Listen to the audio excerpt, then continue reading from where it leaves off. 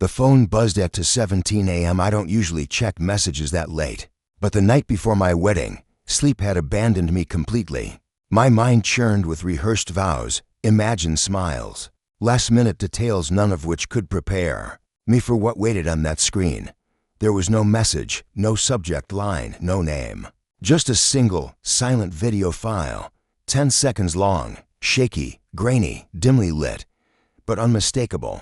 The room in the clip was all too familiar, the ivory curtains I'd grown up with, the brown leather headboard of my father's guest bedroom, the angle of the nightstand lamp casting light across the sheets. I didn't need clearer visuals. I knew that space like I knew the back of my hand. Then came the sound, a laugh, a low moan, and then my name, whispered, mocked, hers, his. I watched it 3 times, not because I doubted it, but because I didn't. Because belief hurts worse than suspicion. I needed the ache to brand itself into me, to cauterize every last thread of illusion. Morning came as it always does, without permission or pause, but it didn't feel like morning. It felt like standing in front of a firing squad, heart already pierced. She greeted me in the kitchen like nothing had changed, smiled over a breakfast of egg whites and black coffee. Her white robe loosely knotted at the waist. Everything looked the same, routine and serene, except now it all felt false, fabricated. "Did you sleep well?" I asked her, my voice even, like a baby. She said with a kiss to my cheek. The diamond on her finger caught a blade of sunlight. I wondered if his hands had brushed over it, if they tangled in those sheets.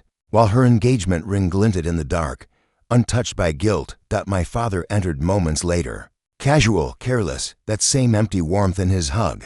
He'd never been a father to me, just a man who happened to share my last name. But that morning, he held on a little longer than usual. And that's when I smelled it, her perfume on his collar. My stomach turned. I wondered if they laughed after, if they shared a cigarette, told themselves it was just weakness. Just one night, just something meaningless. But I didn't scream. I didn't break the kitchen glass or flip the table. I smiled. Because sometimes the only way to win is to keep your wounds hidden, until the blade's already in their hand. I went through the rest of the morning as if everything was fine. Tuxedo fitting, last-minute photos, final checks on the floral arrangements. I played my part.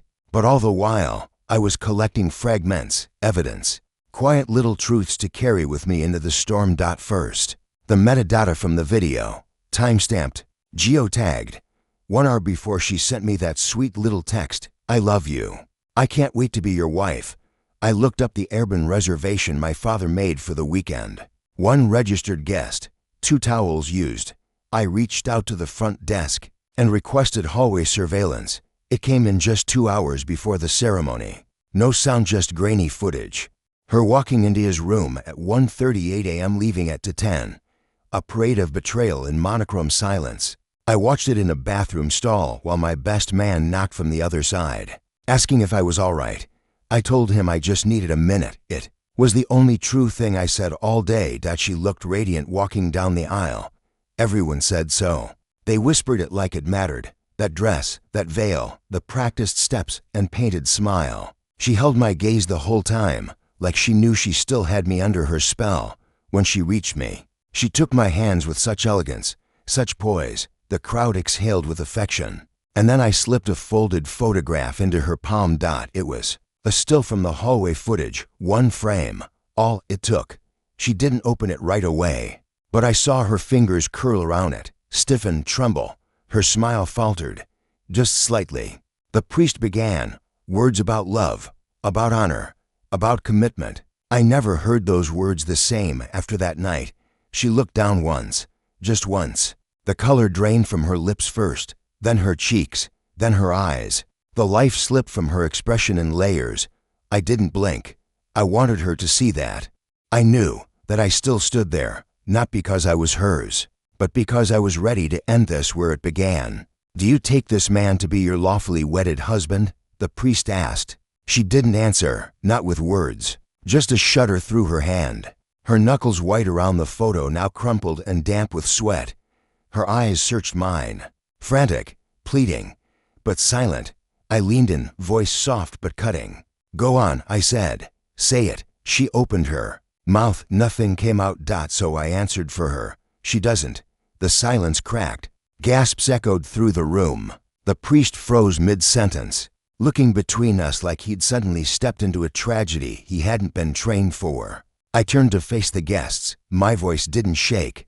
Last night, while you all slept peacefully, my fiancé was in bed with my father. Mouths opened, phones buzzed, eyes widened. The video's in your inbox. I added. I heard my mother's glass drop to the floor, heard the fizz of champagne against tile. But my father didn't move, didn't flinch. Cowards freeze when the air turns cold. I turned back to her, held her in my gaze one last time. You chose him, I said. You can keep him. And then I walked away, down the aisle, past the altar, past the stairs, past the life that would never be. No one followed. No one called after me.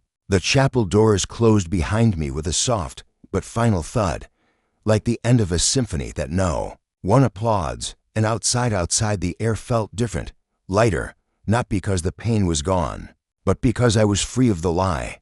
Betrayal leaves scars, deep ones.